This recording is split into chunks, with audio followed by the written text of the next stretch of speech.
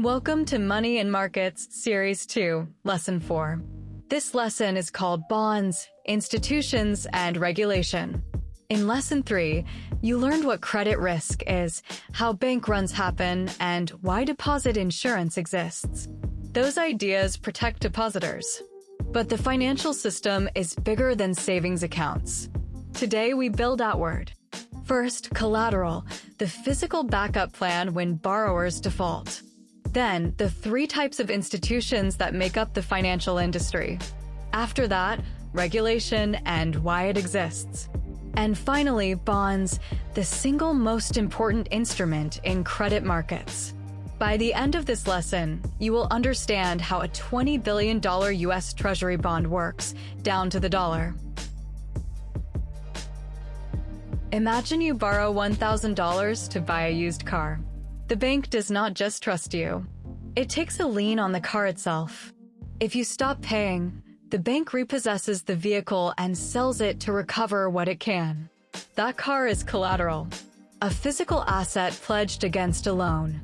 Collateral reduces credit risk for the lender, not because it eliminates default, but because it limits the loss when default happens. The bank does not want your car. It wants timely payments.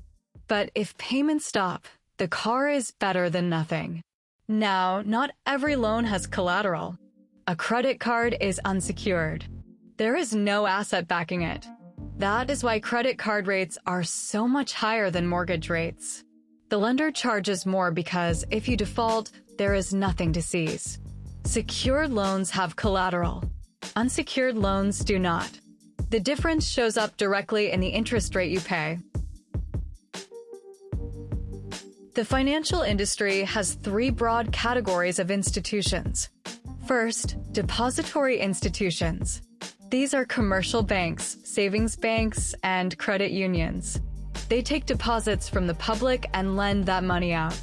You already know this model from Lesson 3, where we trace deposits flowing in and loans flowing out. Second, contractual institutions. These are insurance companies and pension funds. They collect premiums or contributions over time, invest that pool, and pay out when a claim or retirement event triggers. Their liability is contractual. They owe you money at specific future dates. Third, investment institutions. Underwriters help companies raise capital by issuing stocks or bonds. Mutual funds pool investor money and buy diversified portfolios. Hedge funds pursue strategies with fewer restrictions, often using leverage and short selling. 3 categories. Depository institutions hold your savings. Contractual institutions manage your long-term promises. Investment institutions connect capital to opportunity. Most large financial firms combine all 3 under one roof.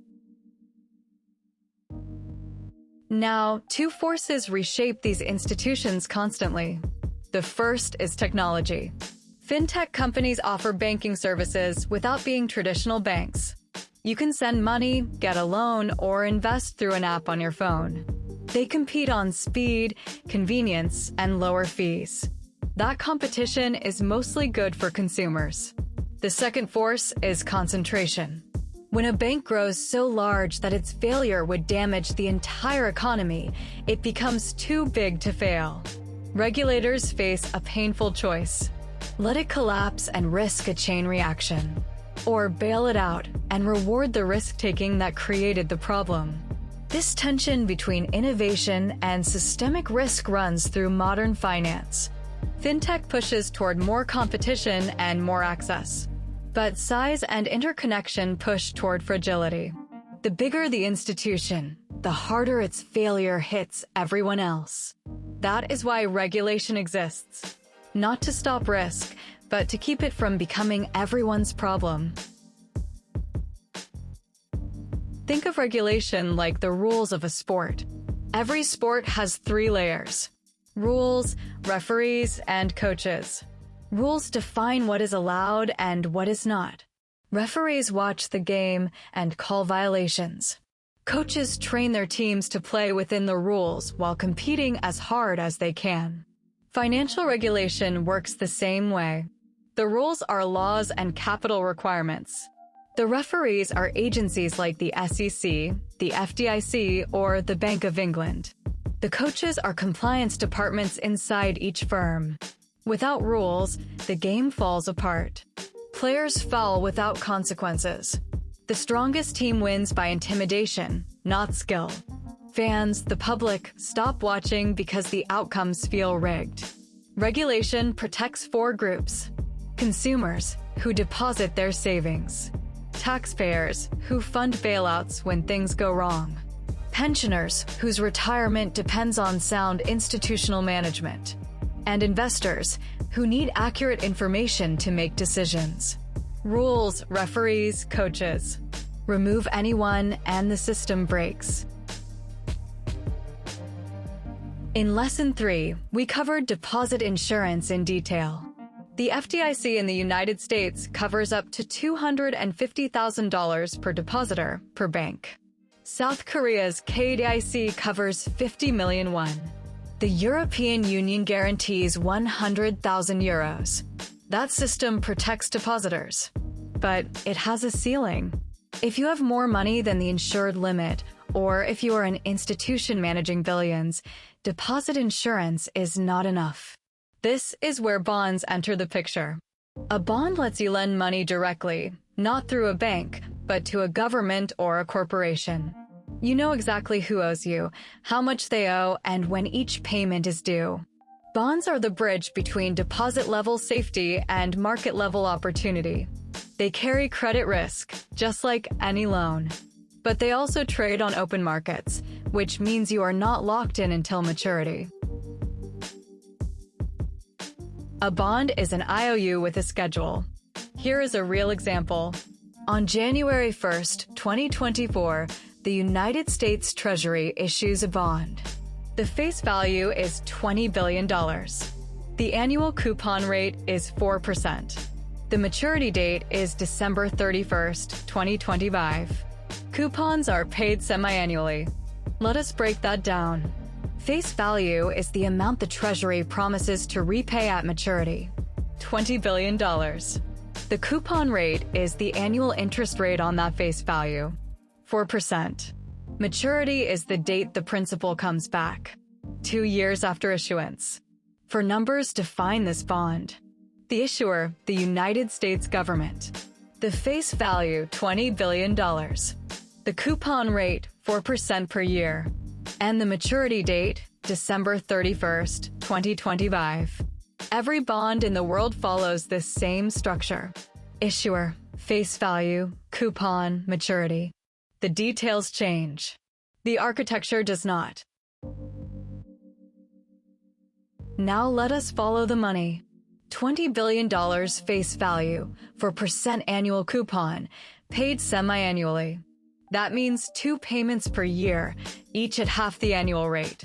20 billion times 4% equals $800 million per year. Divide by 2. Each semi-annual coupon is $400 million. Here is the payment schedule. June 30th, 2024, $400 million. December 31st, 2024, $400 million. June 30th, 2025, $400 million. And on December 31st, 2025, the final coupon of $400 million, plus the full principal of $20 billion. That last payment is the big one. The bondholder receives $20,400 million on a single day. Over the life of this bond, the Treasury pays $1.6 billion in coupons, plus $20 billion in principal. Total cash out, $21.6 billion. The bondholder's return is entirely defined by that schedule. If bonds sound familiar, that is because you already know something similar. A certificate of deposit, a CD, also pays a fixed rate for a fixed term. Both are fixed income instruments. But there is a critical difference. A CD sits in your bank account. You cannot sell it to someone else. A bond trades on the open market. Its price moves every day based on interest rates, credit conditions, and supply and demand. That gives bondholders 3 ways to get paid. First, collect coupons. Hold the bond and receive scheduled interest payments. Second, hold to maturity. Get your full principal back on the maturity date. Third, sell before maturity. If market conditions are favorable, you can sell the bond to another investor at a profit. A CD offers only the first 2, coupons and principal at maturity. A bond adds the third, liquidity. You can exit early. That flexibility is why bonds are the foundation of global credit markets. For takeaways from this lesson: 1. Collateral is the lender's backup plan. Secured loans pledge assets. Unsecured loans rely on the borrower's creditworthiness alone, which is why they cost more. 2. 3 types of institutions make up the financial industry: depository, contractual, and investment. Most large firms combine all 3. 3. Regulation protects consumers, taxpayers, pensioners, and investors. Think of it as rules, referees, and coaches. Remove any one layer, and the system breaks. 4. A bond is a scheduled IOU. Face value, coupon rate, and maturity date define every bond. Unlike a CD, bonds trade on open markets, giving holders liquidity. Next lesson tells a story. It is the summer of 1974. A mid-sized German bank closes its doors in the middle of the afternoon. Banks in New York had already sent millions. They received nothing in return.